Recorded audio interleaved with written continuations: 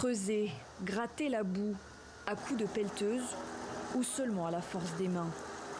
À Barra do Saí, la solidarité s'est rapidement organisée pour tenter de retrouver des survivants. C'est au pied des collines que les dégâts sont les plus importants, là où presque toutes les maisons ont été emportées. Il y avait des maisons ici, beaucoup de maisons, une dizaine je dirais, y compris là où nous sommes actuellement. À cet endroit même, une famille a été retrouvée morte. Nous cherchons notre maman sous terre, sans savoir si elle est là ou pas. C'est très difficile. Le village n'avait jamais rien connu de tel. Plus de 680 mm de pluie tombée en l'espace de 24 heures. Un record national dans cette zone toute proche de la station balnéaire de São Sebastião, dans le sud du Brésil. Et la pluie ne s'est pas vraiment arrêtée depuis. Elle continue d'entraver le travail des près de 1000 secouristes dépêchés sur place.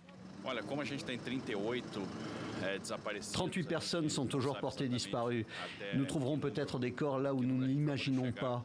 Le bilan humain va sûrement s'alourdir. On s'attend à environ 80 victimes.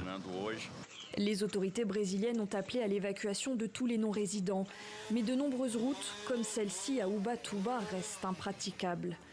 Le président Lula a survolé la zone pour constater l'ampleur des dégâts et mettre en garde.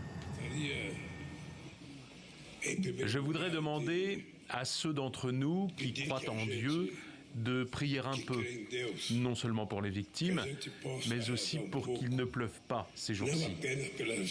Nous ne devrions plus construire de maisons dans un endroit qui pourrait subir un glissement de terrain et causer la mort d'autres personnes.